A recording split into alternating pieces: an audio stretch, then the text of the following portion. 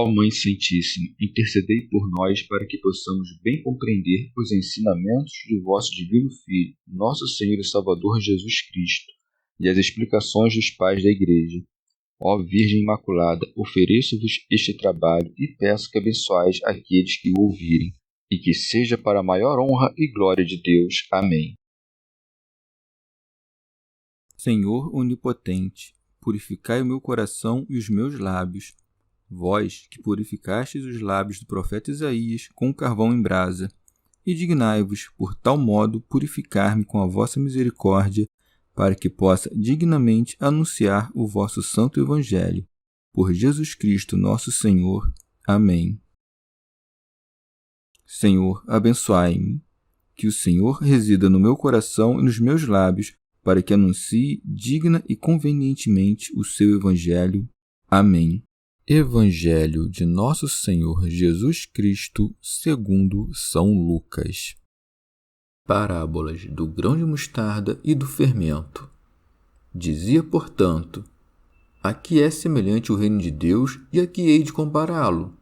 É semelhante a um grão de mostarda que um homem tomou e lançou em sua horta. Ele cresce, torna-se árvore, e as aves do céu se abrigam em seus ramos. Disse ainda, a que compararei o reino de Deus? É semelhante ao fermento que uma mulher tomou e escondeu em 3 medidas de farinha, até que tudo ficasse fermentado. Comentários dos Pais da Igreja. Glosa de São Tomás de Aquino. Após embaraçar seus inimigos e encher o povo de alegria pelas obras gloriosas que operava, Nosso Senhor, em seguida, manifesta o progresso do Evangelho com algumas comparações. Daí que esteja dito, dizia, portanto, a que é semelhante o reino de Deus e a que hei de compará-lo? É semelhante a um grão de mostarda. Santo Ambrósio.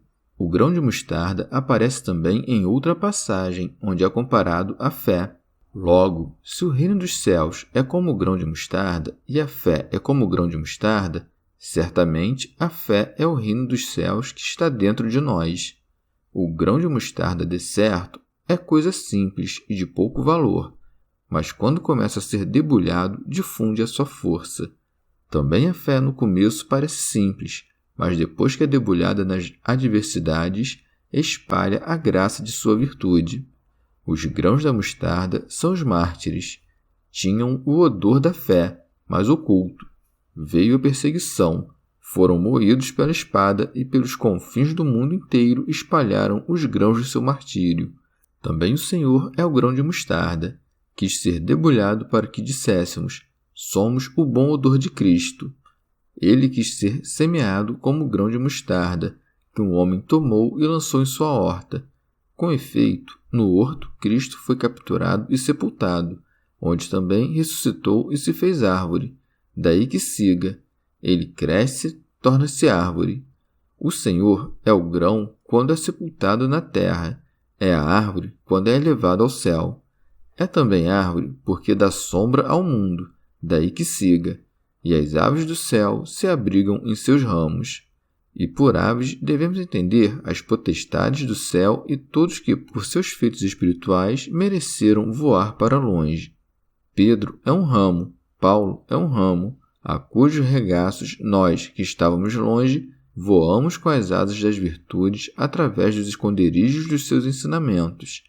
Portanto, semeia na tua horta o Cristo. A horta é um lugar cheio de flores, em que a graça da tua obra deve florir, e o variado odor da virtude deve exalar. Ali, pois, está Cristo, onde está o fruto da semente. São Cirilo. Ou ainda, o reino de Deus é o Evangelho, pelo qual adquirimos o poder de reinar com Cristo.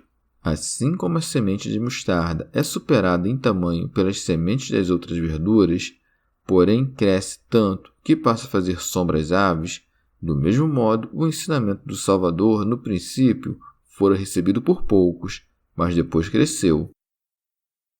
São Beda. O homem é Cristo, a horta é a Igreja, a ser cultivada por seus ensinamentos. E bem está dito que o homem tomou o grão de mostarda, porque os dons que, junto com o Pai, Ele nos concede da sua parte divina, da sua parte humana, os recebe conosco. A pregação do Evangelho cresceu disseminada por todo o mundo. Cresce também na mente de cada fiel, porque ninguém se torna perfeito de súbito.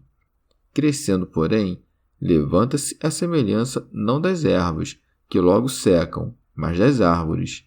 Os ramos desta árvore são os variados dogmas, nos quais as almas castas, dirigindo-se às alturas com as penas das virtudes, fazem ninho e repousam. Teofilacto Diócrida. Ou ainda, todo homem que toma o grão de mostarda, isto é, o discurso evangélico, e o planta na horta da sua alma, faz brotar uma grande árvore, que estende seus ramos de modo que as aves do céu, quer dizer, os que estão acima das coisas da terra, repousem nos ramos da pregação, isto é, nas desenvolvidas contemplações.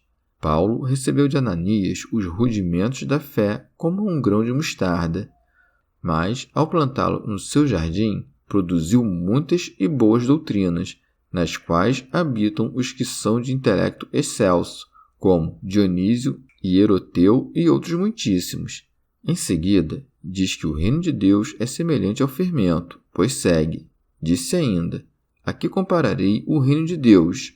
É semelhante ao fermento. Santo Ambrósio.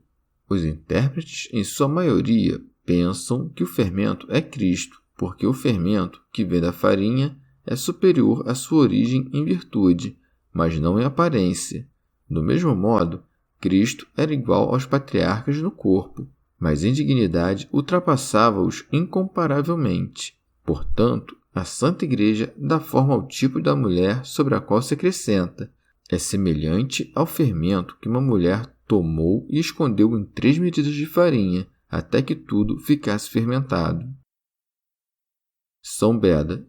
O sátum, nome da medida que aparece na Vulgata, é um tipo de medida em uso na província da Palestina e compreende 1 módio e meio. Santo Ambrósio. A farinha desta mulher somos nós.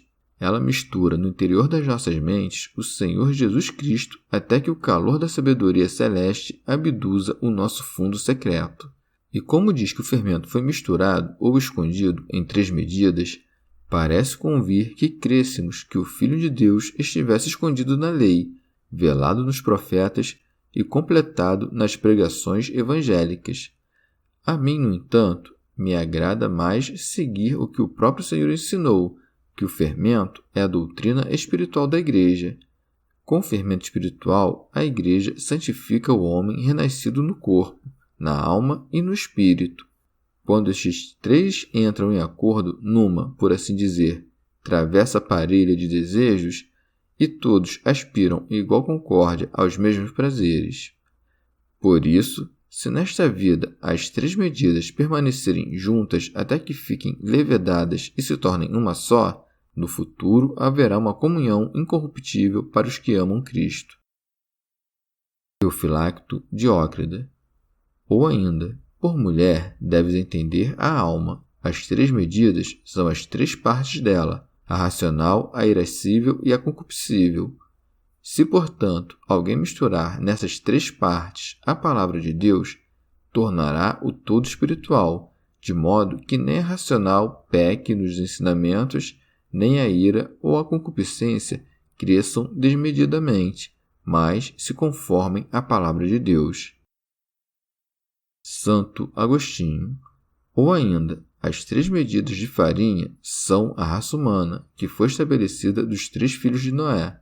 A mulher que mistura o fermento é a sabedoria de Deus. Eusébio. Ou ainda, o Senhor chama de fermento o Espírito Santo, que é como que a virtude que procede da semente, isto é, da palavra de Deus. As 3 medidas de farinha representam o conhecimento do Pai, do Filho e do Espírito Santo, que é dado liberalmente pela mulher, isto é, a sabedoria divina, e pelo Espírito Santo. São Beda. Ou ainda, por fermento quer dizer o amor que faz ferver e aviva a mente. Portanto, a mulher, que é a Igreja, mistura o fermento do amor nas 3 medidas, porque manda que amemos a Deus de todo o coração, de toda a alma e de toda a nossa virtude. E isto ela o faz até que tudo fique levedado, isto é, até que o amor leve a mente inteira à sua perfeição, coisa esta que começa aqui e é acabada no futuro. Chegamos ao fim de mais um dia de comentários da Catena Áurea. Muito obrigado por ficarem até aqui, que Nossa Senhora derrame suas graças sobre nós e até amanhã.